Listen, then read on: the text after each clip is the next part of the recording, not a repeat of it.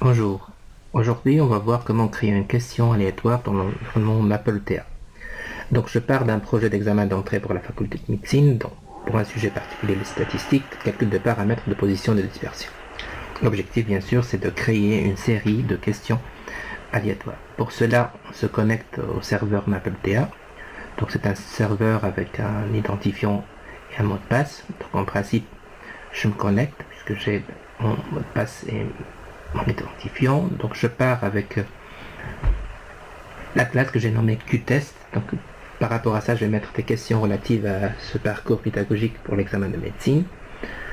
Alors je vais faire répertoire de questions. Donc en principe, j'ai une interface qui me montre des questions déjà prêtes à droite. Questions, thèmes, sujets, etc. Plusieurs catégories possibles. Et je vais créer ma nouvelle question. Donc question texte. L'interface que j'ai, donc il y a un nom de question, un texte de question, l'algorithme de question et bien sûr une rétroaction possible.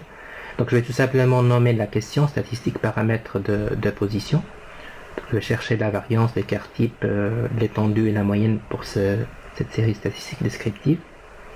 Donc j'ai une zone texte, c'est là où je vais mettre ma question, donc soit la série, pour l'instant elle est vide.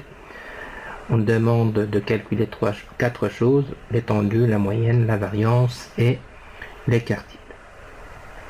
Donc ça c'est la zone question. Donc bien sûr il y a un traitement de texte possible pour présenter les choses et on passe à la partie zone algorithme, la partie code, c'est celle-là qui est intéressante. Donc je vais définir $m1 ma première variable. Donc je vais générer une variable aléatoire uniforme de 1 à 5 et je vais prendre un échantillon d'éléments. Donc bien sûr il y a une syntaxe particulière à Maple. Donc je vais mettre tout ça sur une liste et je vais prendre une option sur l'arrondi. Je vais prendre 2 chiffres après la virgule.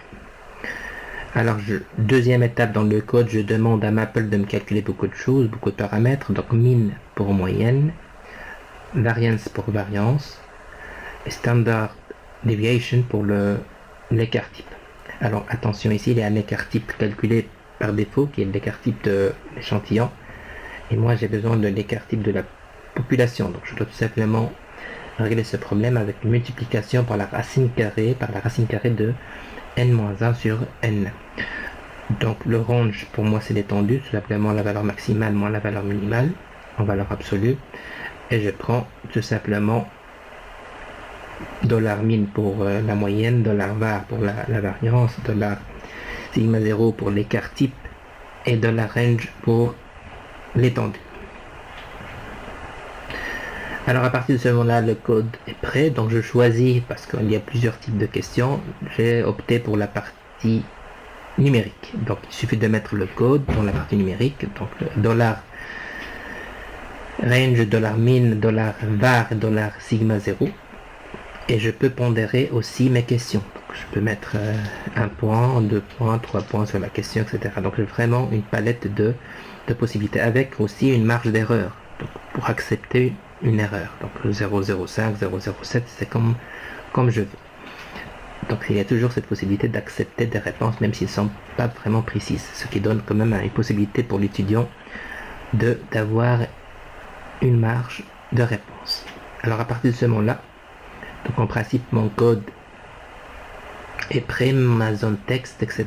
Donc je peux passer à la partie tester les questions. Donc je vois que je vais prévisualiser les questions. Donc à chaque fois que je vais rafraîchir, la série statistique change. Ça c'est le côté aléatoire.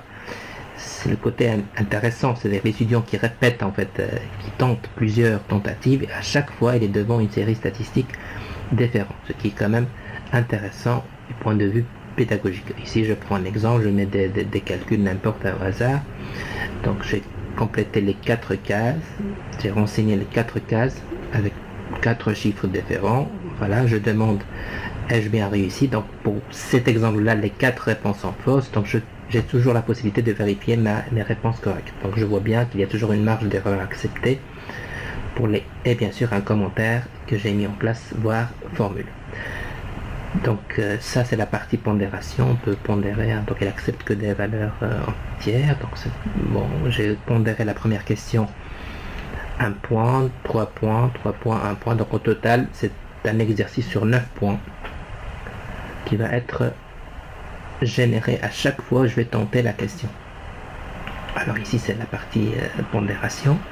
Voilà pour les 4 questions. Donc en principe je m'attends à une moyenne sur 9. Alors de la même façon je vais prévisualiser les questions, note. Voilà, dans ce cas j'ai raté les 4. En principe j'ai un retour sur le résultat rapide. Donc on peut enregistrer et fermer et la question est déjà prête.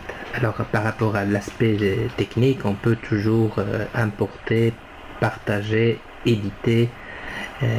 Voilà, donc ça permet quand même un travail collaboratif et ça permet d'un travail à distance qui est intéressant. Un autre exemple, j'ai pris ici une question déjà prête sur des statistiques variables continues. Là, ce sont des classes.